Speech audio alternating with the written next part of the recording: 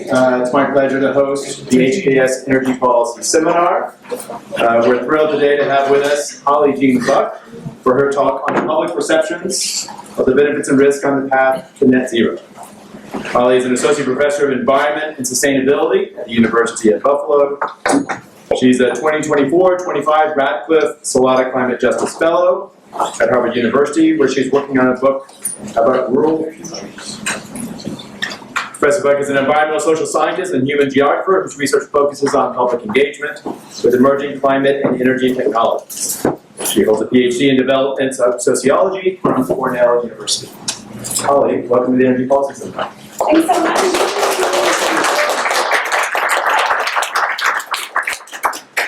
So if at any point you can't hear me, please just raise a hand, and if you have questions throughout, I'm happy to take them during the presentation or at the end. Today I'm going to talk about this idea of benefit and what it means to benefit from a clean energy or climate tech project. Specifically, I'll move through this in three pieces. I'm going to talk about community benefit plans, which are now required by the Department of Energy for many sorts of projects, and the expectation of benefit. And then I'm going to discuss both qualitative research and the survey that we've done to try to understand what people think of as a benefit, as well as talk about some directions for how we can better theorize benefit from projects like these. So just for context, I think this is familiar to everybody in the room, but we have over 80% of primary energy coming from fossil fuels at the moment. And remaking that energy system is going to involve a tremendous amount of building, not just power infrastructure like transmission lines and new power plants, but also mining, recycling, zero carbon fuels, and all the rest of it. It's a tremendous task at hand. And there's a lot of social contestation about it. And there's many factors driving that. There's a whole emergent field of research around it, but my thought is that a lot of this is about who's profiting and reaping the benefits and bearing the risks or harms from this transformation. And I think we see that within many different technologies.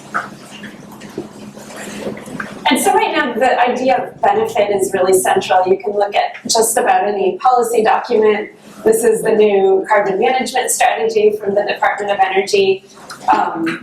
It has sentences right up front like, the president's directing agencies to implement carbon management policies responsibly. Responsibility is a big theme, so that they deliver clear benefits to communities and workers.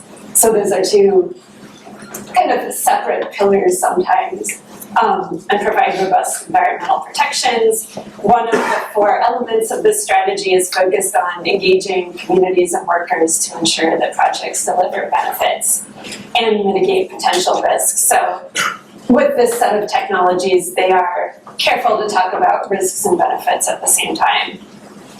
And it's not just these sort of industrial, more controversial approaches. You can read, studies about solar energy coming out that highlight how engagement with local communities is important. And here they actually talk about some benefits. Jobs, savings on electricity bills, enhanced energy resilience. It's critical that these benefits are distributed equitably, and so on. So this theme of benefit goes throughout at least this administration. And part of the context of the way I think the administration is thinking about benefits is driven by the fact that Justice 40 requires some thinking about benefits. So basically, this established the goal that 40% of the overall benefits of certain federal investments flow to disadvantaged communities. And this applies to, number of agencies, a number of programs within those agencies. I think this count within DOE has actually been updated by some. And so this is billions of dollars going out with this framework that the benefits are going to go to these disadvantaged communities. And from my observation, there was a lot of time and energy spent defining disadvantaged communities and maybe less attention on defining the benefits, which has been a big challenge for people. How do you measure those benefits? Is there an infrastructure for measuring the benefits once you've defined them? And so I'll just say, to be clear, I worked in the Department of Energy on leave in 2022 mainly. And this was what people were trying to figure out. It's like this directive is coming to all these offices and all these programs, and people are like, what's the guidance for what a benefit is? And kind of the default to that point had been just measuring where the dollars go, which is not the same as measuring the benefit necessarily. And so it seemed in some ways like the question was turned back on the communities. You can see from the White House website, these programs are required to engage in stakeholder consultation and ensure opportunities for local community members to be meaningfully involved in determining program benefits. So it's kind of like recognizing that the communities have a say in what is actually a benefit to them. And then figuring out how to report this data has been another big challenge. And now that I'm back in my professor life, I'm not actually sure where they are in that journey. Maybe some of you in the room are more familiar with the current state of this. But they did do some thinking about setting out examples. So the Department of Energy has these 8 different policy priorities. And they're going to try to establish metrics, measure and report on benefits or disbenefits. That's something that DOE has been attuned to, that sometimes there are disbenefits. And so some of the examples might be reduction in local pollutant emissions or access to clean energy for disadvantaged communities and so on. So this is the direction that they've been going in. And another part of this is the bipartisan infrastructure law bill projects require community benefit plans. And so those have these 4 different elements: community and labor engagement, investing in the American workforce, the Justice 40 initiative, and the diversity, equity, inclusion, and accessibility plans. So, you know, there's a policy, there's a potential that this framework disappears in a few months. People are very aware of that, but there's still kind of an infrastructure that's been built out around this, as well as a community of practice between different companies that have had to think about these things, sometimes for the first time, in order to get grant funding. So these plans are scored in merit review, 15 or 20% of an application. So if you want to build a battery facility with DOE funding or a carbon capture project, you need to have a plan for all of these things. And we did a lot of work on what those plans should look like. I approached this personally as a professor creating an assignment. I don't know if that's the best approach, but it was, you know, thinking about like a rubric and scaffolding so you can guide a student to build up to those sorts of capacities. But there were some tensions between the different stakeholder groups. Say, sometimes labor communities and environmental justice advocates might not be perfectly aligned on what's beneficial. But anyway, that's the framework as it exists now.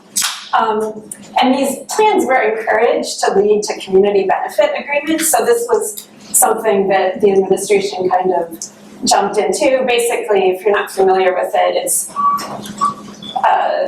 agreement that's a legal agreement between a group that represents the community in some fashion and a project developer, and it lays out the benefits that the developer agrees to fund in exchange for community support of a project, which sounds quite transactional and is a bit complicated because in reality communities might support a project at one point in time and maybe not as it evolves. But you saw kind of the NGO and think tank community jump in and try to respond to this framework. So new things have been created. There's a community benefits resource inventory by Clean Air Task Force that kind of outlays a bunch of the things that have been produced to kind of help companies understand what this ask even is, because if you've ever read like a federal funding opportunity announcement, it could be hundreds of pages to deal with. So these resources appeared in the past year or so to help applicants navigate this whole thing that might have been new for them. Columbia Law School has a community benefit agreements database. I was talking with philanthropic funders about how there just needed to be more models around this. So now there's this catalog that can be useful potentially. But the questions I have had throughout this process, kind of watching it as it unfolded, is really, is this evidence-based policy? I think a lot of the research on this has been a small end case study approach. There's not really a large end study, and especially something that asks people after the fact whether they were happy with the outcomes from the community benefit agreements. There's the persistent problem of who actually represents the community. And I wonder if these might be functioning as a neoliberal workaround for having elected officials determine what the benefits might be or how to spend the tax funds.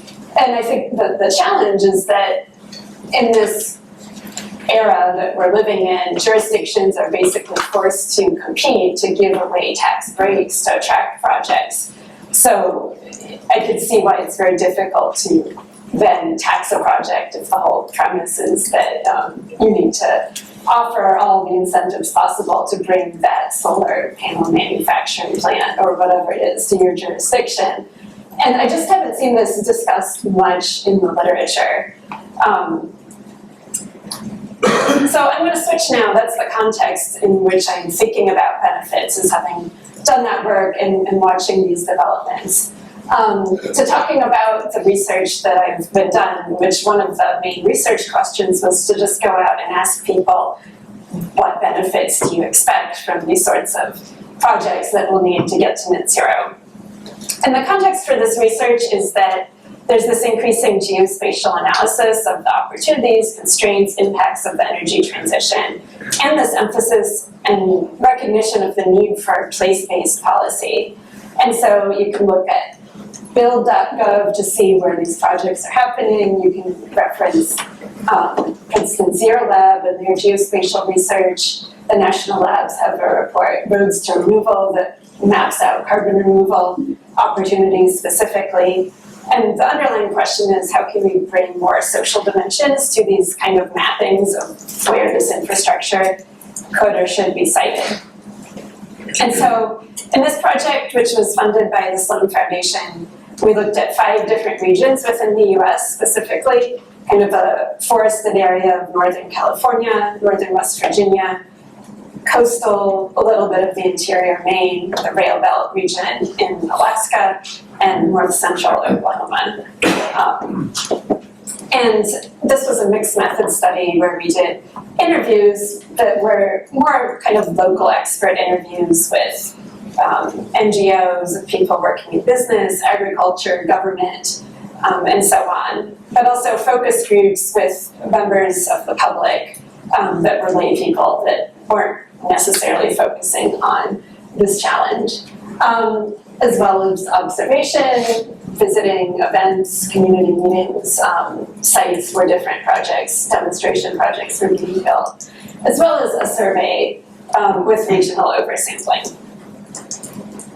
And so these were the main research questions.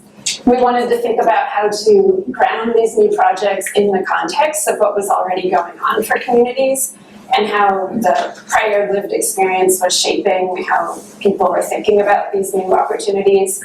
We wanted to hear bottom-up perspectives on feasibility. So there's a lot of, especially when it comes to things like carbon removal, a focus on technical potentials, but what are the social potentials and what are the barriers that people see when they work in a landscape.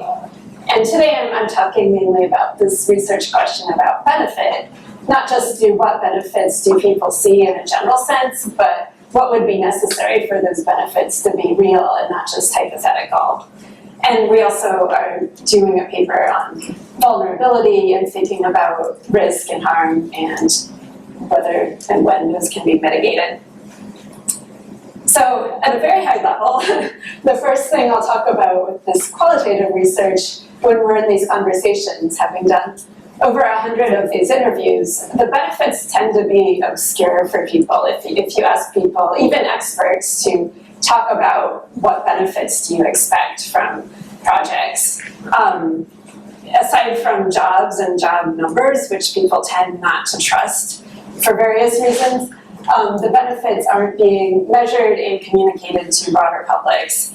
In many of these regions, there's a long history of people talking about benefits, which makes people skeptical about what's coming, and also people want to discuss risks and costs at the same time as benefits. They're very skeptical of the sales pitch that's just talking about benefits, and they want to hear the downside. And this was very clear in the public focus groups as well.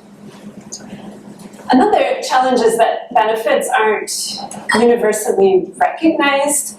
It really depends on your standpoint. This was a respondent in California who, I think her comment gets to some of the potential class dynamics here. So she was talking about characterizing the local people in the nearby town as low income. Jobs is always at the top of the list. Even though there's plenty of jobs right now in the forest almost everywhere, that's what they look at. They're focused on jobs. They look at growth as a good thing, and a power plant or a hydrogen plant would be growth, right? And then this respondent says they're not your typical local person necessarily. Most of the people I know are pretty educated and realize that there's a lot of pluses and minuses to growth. And then, interestingly, she follows this with this observation that people are leaving California. So from this standpoint, there's those people that want jobs, but also these educated people are thinking that maybe the jobs aren't the only thing, and maybe growth and development isn't good. And you can see, your own perspective, which is shaped by a whole bunch of factors, is going to color how you think about this thing about benefits. And this came up in many conversations and led me to wonder, do people actually want to reindustrialize? And if they don't, what are we doing with all our green industrial policy? And this really came up both in the interviews and in the focus groups, just the skepticism that new industrial developments were going to work out.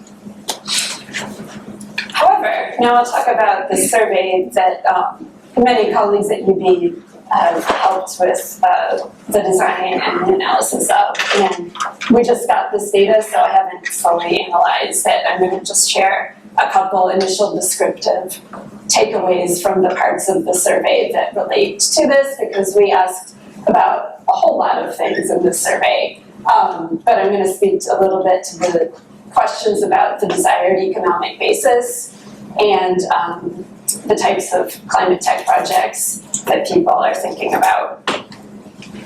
So, and this would cohere with other surveys and data you've seen probably, is that in the very abstract sense, people are enthusiastic about making tangible products through industrial activity. So if I asked people, what do you want to be the economic base of your town, people would mention technology, healthcare, education, sometimes clean energy, but in general seemed more focused on these knowledge economy type things.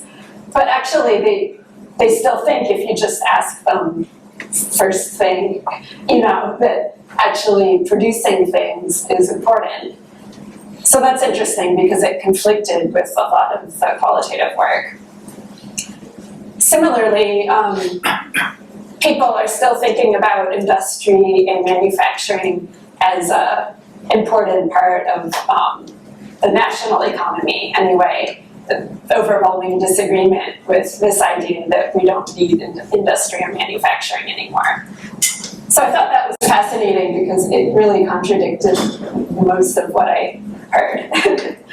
But then this is something we haven't gotten into yet. So we started off this survey with 2 open-ended questions, and I have to teach myself how to use AI to code this data because it's 3,000 answers, but we asked people, what has been the most important economic activity in the past, and in the future, what's the most desirable thing? And so some people did see manufacturing continuing, but a lot of people seem to be tracking this shift from,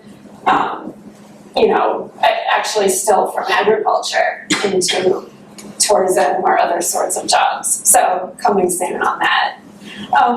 But related to the point of this talk, this question about the distribution of benefits I think is really important, even though people are positive about industry and manufacturing. A lot of them are really not sure if they are receiving a fair share of the benefits from projects. And in fact, a few people agreed, or strongly agreed with this idea. So that's really a flag for us, I think. And there was some regional variation in some of these. This was a question specifically after we had a text block just explaining net zero. And you can see that regions like West Virginia, where they're coming obviously out of heavy reliance on coal, were less likely to believe that policies to achieve net zero were going to bring new economic opportunities to their region, whereas California and Maine are much more positive about this idea. And we also did ask about different sorts of projects. I think the overall pattern was basically like this, in terms of moving away from this very abstract discussion of manufacturing to having it where you live. You see this split of about half supportive in some way, and then some people not sure. This was a similar spread for critical mineral refining, and not too dissimilar from direct air capture. So this is definitely less familiar, even though we had a short paragraph explaining this. People really don't know, and so I think we need to be paying a lot of attention to the fact that people aren't necessarily, they haven't said, what this will be for them yet. Also, efforts to build an industry in carbon removal, similar, I'm sure about this. So now I'm going to talk about, go back to the qualitative research and talk a little bit about the types of benefits that people did discuss. There's a whole category of economic benefits, but that was more true in places like, Alaska, where they might be paying a very high price. The energy really would be cheaper. Less of an argument in Oklahoma, where they have affordable natural gas. So that it's important, it doesn't work everywhere. Some people, especially in West Virginia, mentioned public revenue, but only a few respondents, and I thought that was really interesting that that wasn't seen to be the main way these projects would deliver benefit. And then obviously jobs, but a lot of qualifications about those being prevailing wage jobs, those being jobs in rural, disadvantaged communities where there weren't other sorts of options. And then another category of ecosystem benefits people were very interested in. Another category that I'm not sure the best way of summing it up, but people did talk about, especially when it came to climate smart agriculture in particular, more so than maybe an industrial facility, but there being aesthetic benefits or spiritual, emotional benefits to things like forest health practices as well, some of the biomass fitting in there. And then a category that I would call reputational or discursive, so not necessarily a material thing, but being able to capture some local social capital from hosting an innovative place or developing a regional brand around being green, being able to market carbon neutral products, that kind of thing.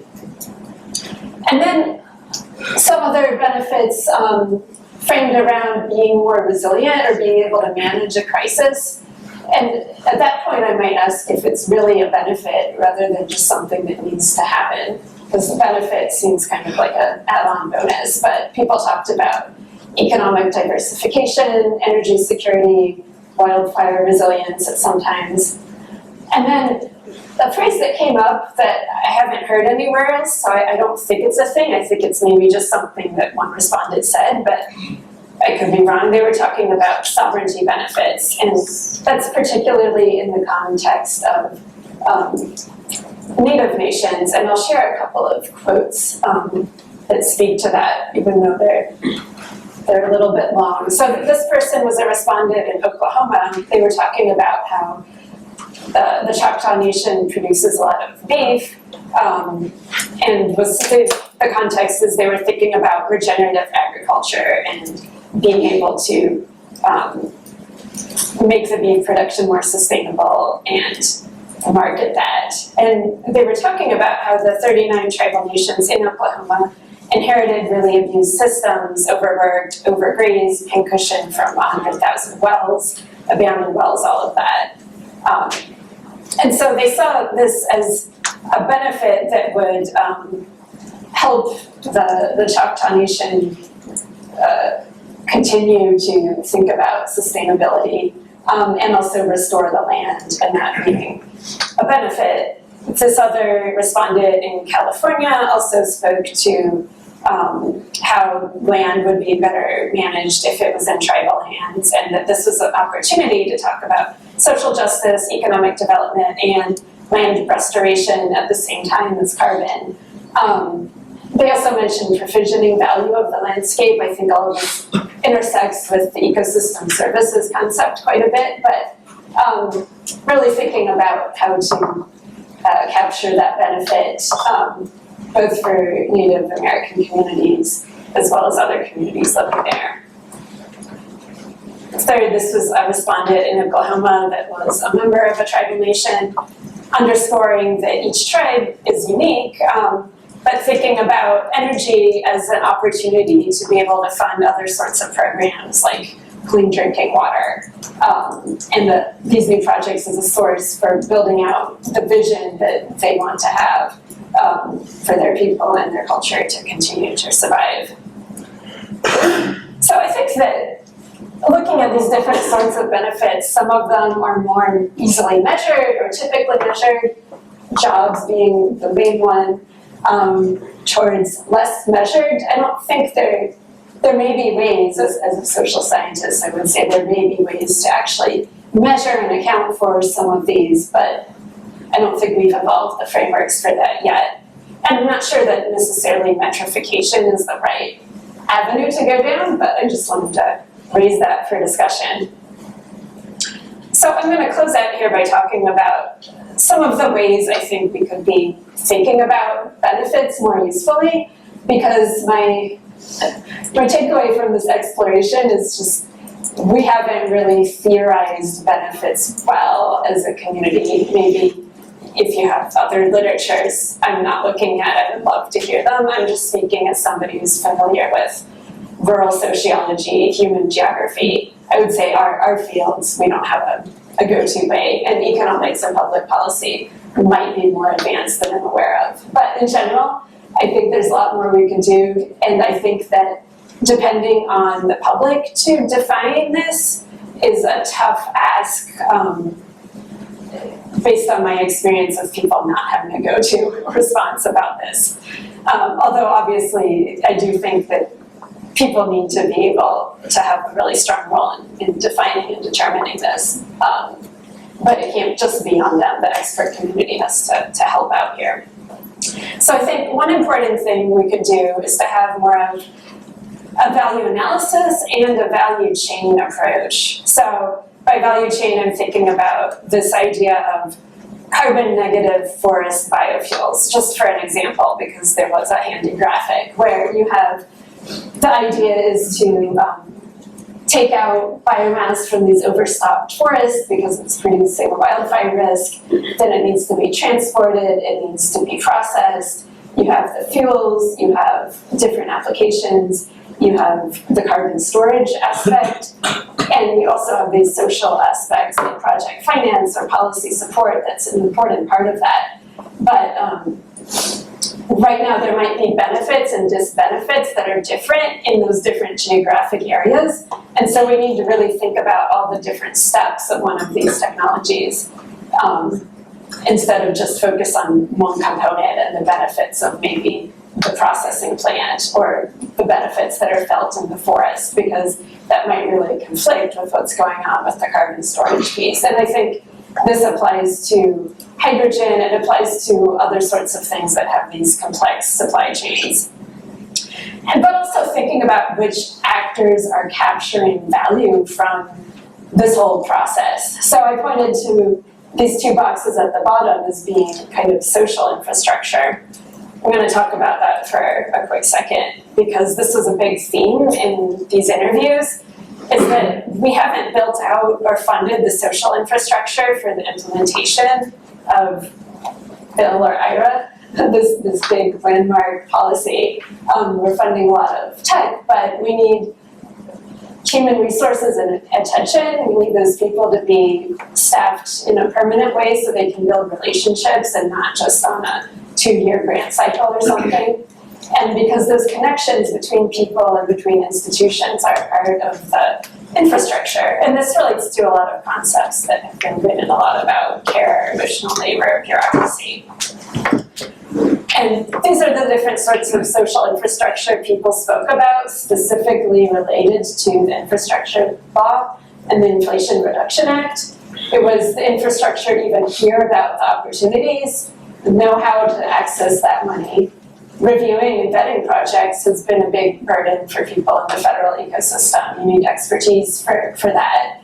You need the capacity to actually spend the funds once they're allocated. You need to figure out what's actually working, which is a whole knowledge piece that isn't necessarily integrated into this. People are just overwhelmed by these fire hoses of money, and they don't necessarily have a plan to look back on all of this. And then engaging with the public on the opportunities. So a lot of this needs to be bolstered if we ever get the chance to do this again, which I hope we do, because this is only a small fraction of what we'll need an infrastructure spend to get to net zero. It's a challenge though, because we have to extend the current capacity, but there might be new roles, new job descriptions that we haven't even involved the names or the thinking for yet. I also am concerned in some ways about this call for supporting social infrastructure, which I'm making. We don't want it to just be a bureaucracy that extracts rents from this transition. And so if we think about value, like how much value should be paid to this social infrastructure, and what can we learn from the sociology of bureaucracy to minimize that danger? How can it remain a public effort and not just be having the NGOs capture value? And how can we make our universities work better for this? So, a couple of other thoughts about how to better theorize benefits. I think we need to think about them as created or engineered or designed, not just an inherent property of a technology or a project. There's also a piece in thinking about globalization, and if this has really limited the capacity to directly capture local benefit. People used to talk about, taxes on natural resources, maybe then those diminished in their community because the resources are cheaper elsewhere, same with manufactured goods. So it's a tension here that I haven't seen enough writing on.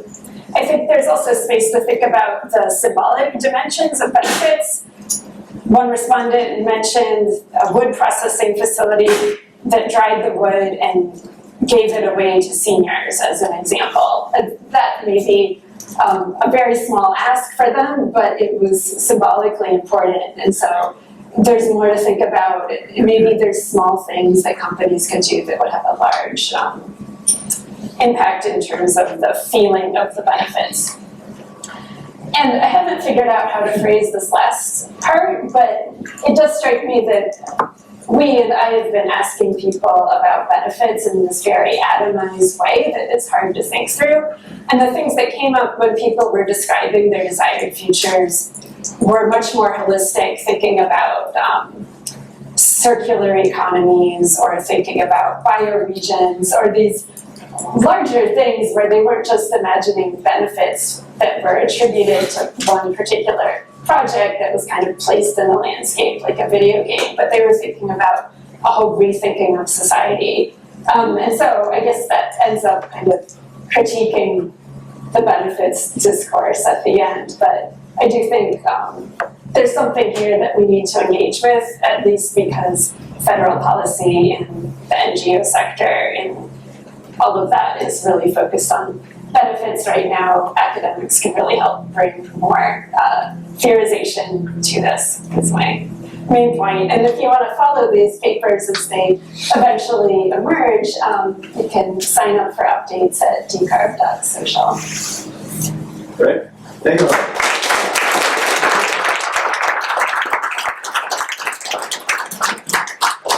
So we'll open it up for questions and comments. I'll start with a comment in terms of the benefits. And I, one of your early comments really resonated about the challenge that often agencies look at measuring something easy on the input side, like how much money are we spending? How much money are we spending on a certain activity or in a certain place? And that ends up being the full assessment of benefits or impact. Or assuming all that is truly incremental, when we know some of it may have been inframarginal, for example. And I think that's why really try to get our hands around what do we mean by benefits and how do we go about evaluating them and how do we think about, I think, in a sense, kind of performance evaluation ex post is going to be really important. The way I sort of think about this as an economist is that there's a lot that the government currently does that looks at, if you will, statutory incidents. And what we really want is a very expansive understanding of the economic incidents. If we support, say, through a low carbon fuel standard, more biofuels, that has impacts, as you noted, all throughout the supply chain. That has impacts actually also on production of various kinds of externalities, such as pollution from running vehicles, etc. We need to understand how this plays out through the energy system and energy networks, which is complicated. But then that gives us a much better sense of how much better are we in terms of economic activity upstream, job creation upstream, downwind air pollution impacts, etc. And I think that's going to be critical if we're going to be able to answer the question from the very beginning: are we delivering at least 40% of the benefits to historically disadvantaged communities? Because it's going to be much broader than simply who's participating in a specific investment or who's claiming a tax credit. It's how we're changing the energy system and the distribution of those impacts that matter. So I think you're identifying a really important research agenda. And the good news for those of us who are academics, you've identified a lot of research questions and a lot of challenges here that I hope we can sort of start to think about how we can bring our tools to bear from across the social sciences to address them. So that's sort of my comment. Now, which is poor form, because what I'm going to ask you is to ask questions, as opposed to make a long-winded comment. But if you have a comment, it may be a benefit for Holly to hear that, but I would encourage you as well to pose questions for Holly. So if you want to jump right in, yes, please. Hi, my name is Karen. Thank you so much for your talk. I had a question about one of the slides where you said people are generally pro-development and abstract, and maybe it's part of the research that has yet to be coded. But that almost sounds like kind of industrial NIMBYism, yes, we agree that, we want industry, but maybe just not in our backyard. Is that true? Is that sentiment true, or am I misunderstanding? That's how I would read it, in part because there's a lot of other papers that have found that as well, at least in the carbon management literature, which I know the most about. It's a repeatable finding that if you ask people about whether they want to host this near them, support drops quite measurably. And I wouldn't be surprised if it's the same for other sorts of projects like hydrogen. Holly, what do you call on who you'd like to call? Well, maybe I'll start in this vein. Okay. Start with Mr. if you want. So I'm Lisa Robinson, and I do a lot of work in medical cost analysis, and Joe's comment, we'll talk about that later. I do have questions about your survey, though. How much, do you have questions, or how much do you think what you're finding has to do with people having all the information, making this information? How much does sort of the sound, sort of preference that reflects actually knowing something about what's likely to happen? a large part. Could you repeat the question? Oh, yeah, the question is how much of the survey results are reflecting that people are unfamiliar with the things you're asking them about. Is that right? Yeah, a large part, and that's part of why I wanted to do this mixed methods study design, because I was getting frustrated, especially with things like carbon removal, where we know familiarity is very low, and there's all these surveys that ask people, and it's like, how much do you believe them based on, asking people to produce and manufacture an opinion on something they don't know about. Yeah, and I think there's large not sure, wedges show that as well. So I want to add an addendum to Joe's speech, but this is a little more. But I would just add an addendum. And the key words would be property rights and externalities. So if we have well-defined property rights, how does that change how we think about the distribution of benefits and so forth? And how do we identify things that are not captured by property rights, like externalities, which is the whole idea. So when you tax code to give me the money, I think it's terrific.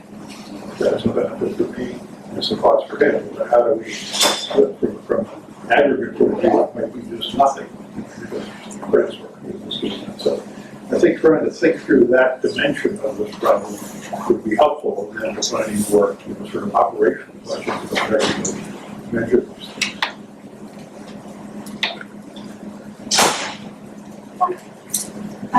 Thank you so much, Professor Belfer, for this presentation. I come from an EJ nonprofit world, so this really resonates in a lot of ways, especially like the social infrastructure. I think a lot about like dispute of trust and work I was doing previously. That kind of ties into my question of your with the qualitative interviews you were doing. How did you select for who to interview, and who were doing the interviews as well? Like, were they academics or actually members like grass tops of the community or elected officials?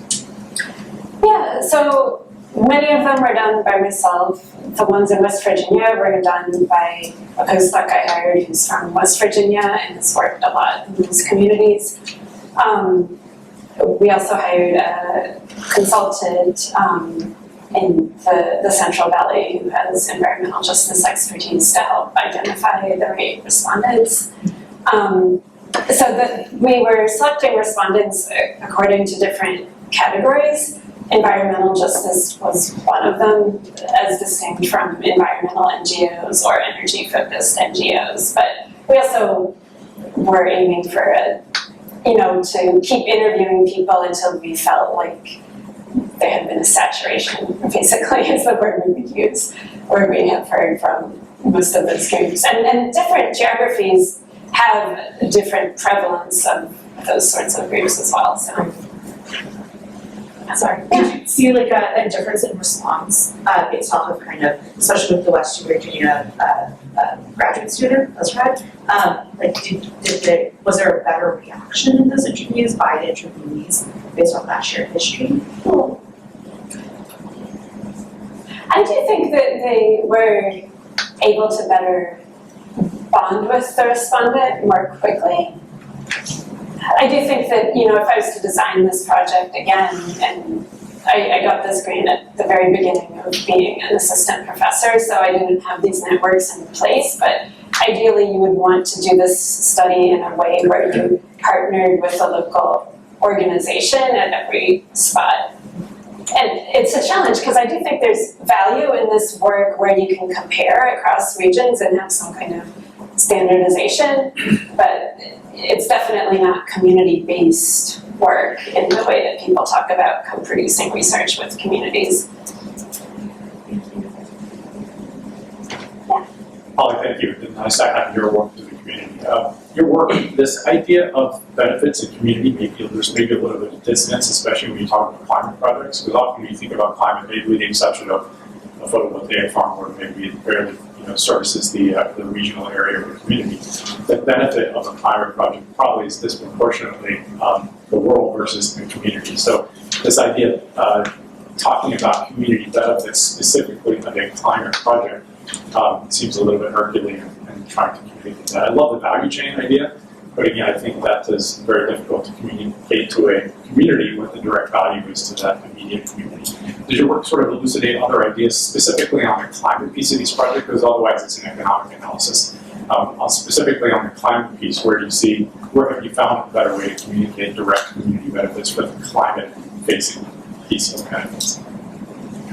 I think that resonated more so in places where they're feeling more acute climate risk. Obviously, people are facing climate problems all over the country, but in a place like California with the fires, people understood it more, that the generalized climate benefit was worth something important. But yeah, I think about this all the time, especially with something like direct air capture, which, there's a respondent in West Virginia who was just like, that's only going to produce 10 jobs. I'm not interested. That's a real thing that we need to be talking about more. Yeah. Yeah, I'm Samantha. I'm a Ph.D. candidate in sociology, so I'm interested in environmental sociology as well. And I was wondering, sometimes it's difficult to balance, policy and economy and, writing to that audience, and then also embedding yourself within the sociology literature and then the sociologist by training. Did you, as you see yourself, publishing this work, do you think you'll rely more heavily on one set of literature or, creating a theoretical framework? Like, how do you approach those problems or, balancing it? And so my work tends to be more in applied sociology or public sociology. That's just what I'm interested in. I think that, unfortunately, a lot of our grant institutions and their sorts of journals prioritize theoretical work higher. And it's a missed opportunity because we could be, especially for our undergrad programs at SUNY Buffalo, where I work, our students aren't thinking they're going to go and produce amazing theory. They're going to be doing jobs that in applied environmental sociology. They could be going out and being these community engagement professionals, right? Those are the sort of jobs we could be training students for if we valorized and thought through that curriculum a bit more with the applied side of things. I have a pretty simple question. I'm sorry, I'm Natalie. I'm an MVP at the Kennedy School. I'm curious, you mentioned in the beginning, not only the quantification of benefits and the types of benefits, but also the communication of the benefits. And can you speak a little bit to how you see that communication piece either playing a larger or equal role to the expanded quantification? Yeah, I think that a lot of times people are thinking about communication in a public relations sense where they create a message and broadcast it out. And so, this iron air battery facility in West Virginia will have 700 jobs. So, write that down, put it out there. But part of the communication is listening to the people that are like, well, our steel thing had thousands of jobs, so that's great, but I'll believe it when it's fully built out. And so the communications thing is really a two-way engagement, and I think can happen through a variety of mediums. But I think we need to complement kind of traditional PR-focused comm strategies with a more relational two-way thing, and we need more language for thinking about what that is, how we train people to do it, how we know if it's working.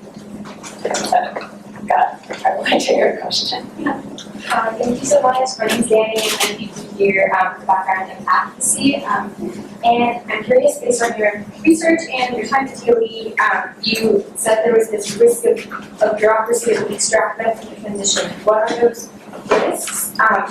And maybe what could NGOs or advocates do better in if we're trying to promote community benefits and agreements to mitigate those risks? I don't know, honestly. I just started thinking about this lately. And I think the first thing we need to do is figure out how to measure that. I don't know, maybe you all who work in economics have an understanding of what the soft costs of a project are or should be. But that seems like very, very basic knowledge for, doing a huge infrastructure transition is having a baseline expectation about how much of a project you should expect to spend on these things, because this is a problem at DOE. We wrote these requirements, we got these applications back. Some of them wanted to spend a fraction of a % of a project budget on engagement, and another one was, say, 20%, and what should be the good standard? I think that would be a logical first step. And then what's the role of academia in terms of, would you see the role of universities kind of replacing perhaps the DOE staffers and doing some of this work, doing some of this engagement? I think the challenge of who's responsible for engagement is a really hard one. And I think what I'm wanting to say is I don't think it should be outsourced to NGOs. I think it should be funded by the public sector, because it's going to be billions of dollars of ask given how low public awareness is of the things we need to get to net zero. And ideally, you probably want universities playing a big role in partnership with NGOs funded by the government is probably the most realistic answer for that. But the government is not set up to do engagement. There's things that prevent you from spending money to have food during a community meeting, because you're not allowed to give incentives to private people, right? So there's all these things that it doesn't work with government. And finally, definitely not just on the project developers. They're the least trusted actors. Obviously, they have to be involved because they have the technical knowledge of what's in their project, but it's kind of absurd to expect them to be doing all of this work on a project level. What we really need is engagement on the overall trajectories of the transition, not just project by project. Okay, call Charles, because you've been raising your hand. I'm sorry. Way off in the corner. I guess, you talk about jobs being this really salient thing for everyone, and I feel like the general narrative we've seen is that, there might have been an overselling from the administration, kind of green transition advocates of how many wind and solar jobs are going to be created, at least directly. And, so these communities are thinking of hearing something, they might have that frame in their mind, wind and solar projects, probably might not make as many jobs, but we're also talking about these big factories or big industrial investments. Do you feel like there was kind of a skepticism that they had brought, in response to that, or was they're not in awareness of this, perhaps this overselling that I'm kind of thinking from an academic standpoint? No, what we saw actually was observation of how the solar jobs were just not good jobs. And in places where, West Virginia, they were frustrated that they were promised all these benefits from the shale boom, and then this idea of the out-of-state license plates where it wasn't members of their community doing that. So then they're looking at hydrogen or carbon capture and thinking, well, they're just going to bring in those contractors again to get it built, and will those be family-sustaining jobs? I think there's just a lot of questions, especially around the labor, by now they've had friends that have worked in solar or whatever and seen what that's like, and yeah, unfortunately. So recalibration that needs to happen. If I may, by the way, I forgot to introduce myself. My name is Paul Harrow. I'm the Harvard Grid. It's a translation engine into engineering, so we try to get more science and engineering from Harvard out to the world. We did an analysis last week on techno-economic valuations of climate ideas. And fundamentally, that means we're taking climate ideas and making them purely economic and making certain that the standalone and have that sort of momentum independent of any sort of green premium. So your work here, it seems like the amount of work that has to be done, it might be harder to build a climate project than it would be a gas station, because of what you need to do now and what the government is asking about climate projects. So as you think about this work, is that true? Are we putting an unnecessary tax on that, sort of the speed and by which we can do these projects, or are you finding ways that we can sort of meet these needs and define what benefits are, and define what underserved communities are in a way that does not hinder, for instance, the first development round of a green project? So I have a lot of colleagues and friends engaged right now in permitting reform debates, where that's kind of the central question.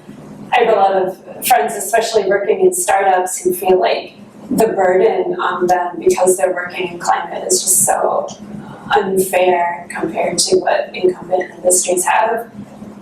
And I don't know how we change that, because it's really the question of like what sort of future world people want, and it draws in all of these actors who are engaged in some way or another with the project of thinking about the desired future and activates them in a way that building one more Dollar General wouldn't.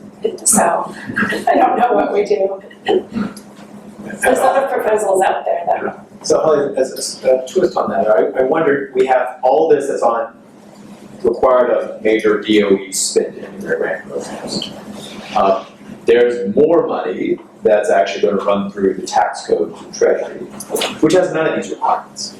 Do we think we're going to see potentially, whether it is through this DOE program, but also US EPA's Greenhouse Gas Reduction Fund, there are requirements for how they think about community engagement, there's requirements on how they think about ex post evaluation as well. Do we risk actually skewing more activity towards whatever qualifies for the tax credit?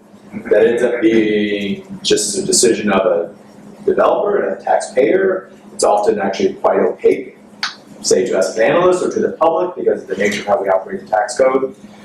Is there any discussion? Have you already DOE expressed concerns about like whether there will be sort of slower take-up because of the necessary processes on the grant programs than what we might see on the tax side through tax credits? Yeah, that's an empirical question to which I don't know the answer. I have heard colleagues in the private sector speculate on the idea that, you know, it's not even worth going for DOE money because of these things, but I don't know that the evidence bears out that worry. And certainly there's plenty of applications that have come in, so that's a good question though.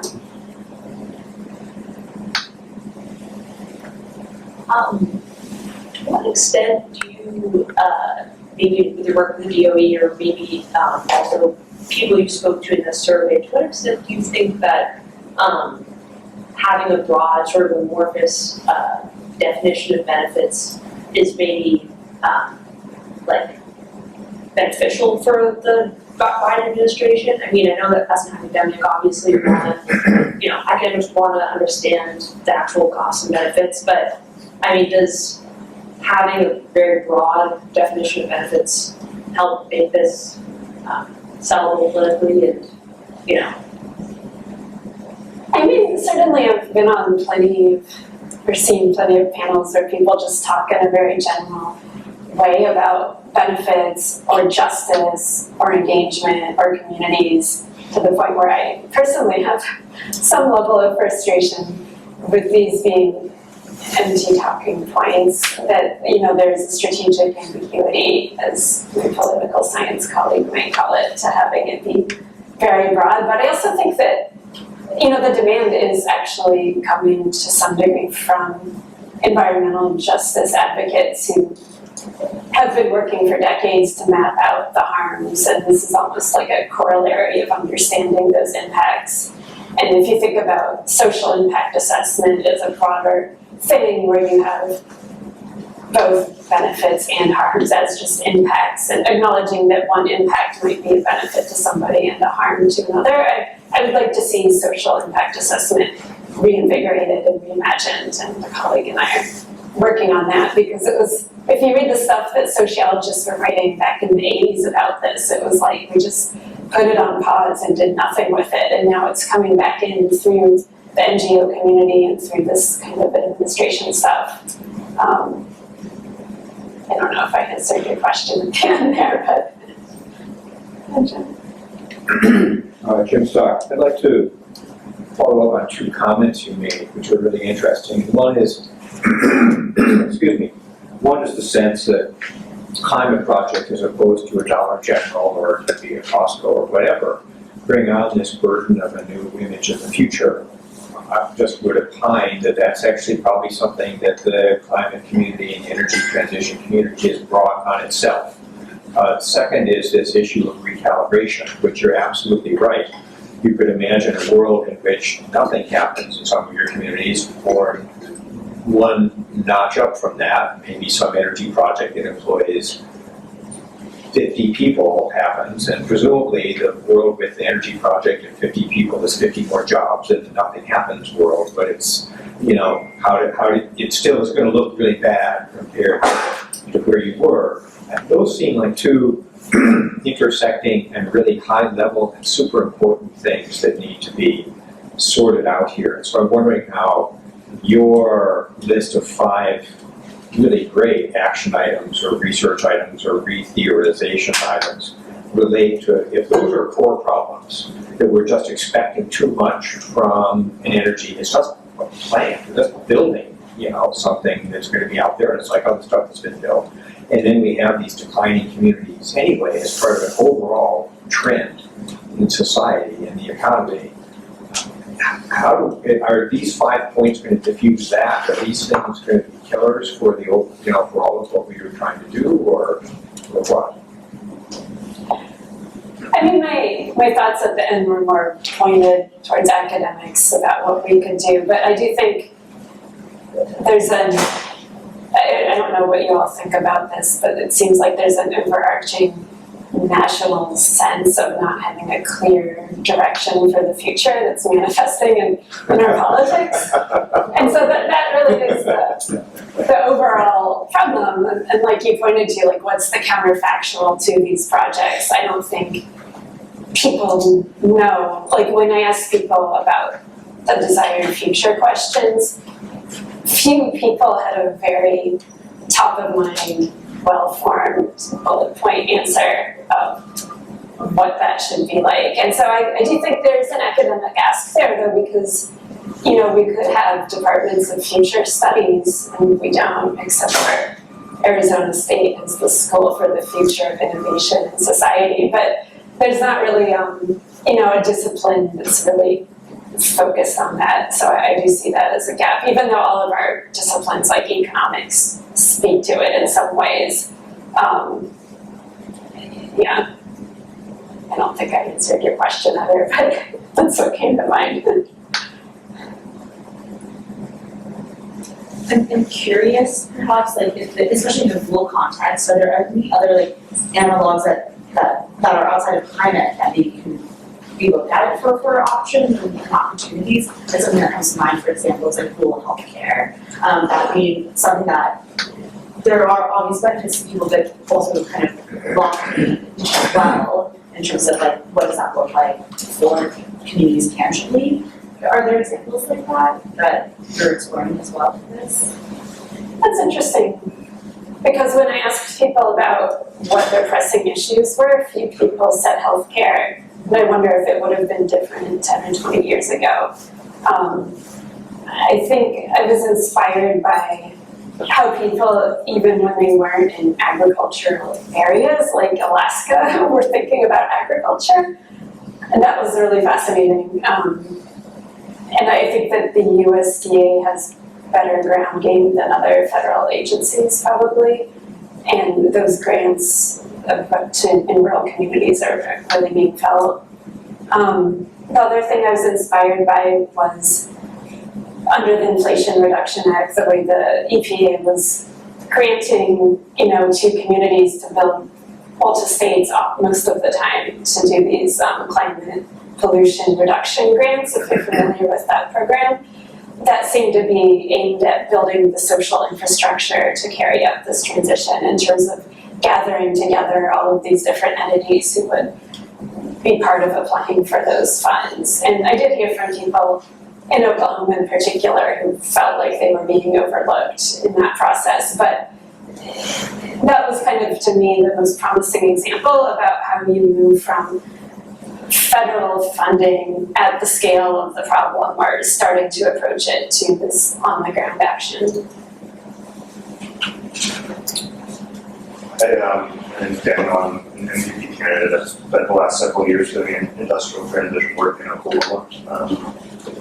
I'm interested, you know, some of what I encountered there that was surprising to me was the lack of connection, or this conscious connection in people's minds to national politics in some of these conversations, and to the connection with the controversial and divided political nature of some of these acts.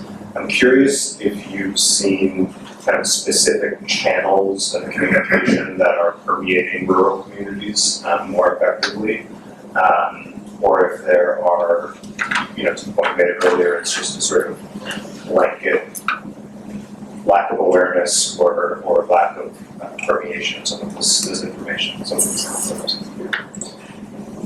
That's a great question. I don't think I did enough research to really answer it, just because so many of the people I spoke to were in Tulsa or Oklahoma City. I do think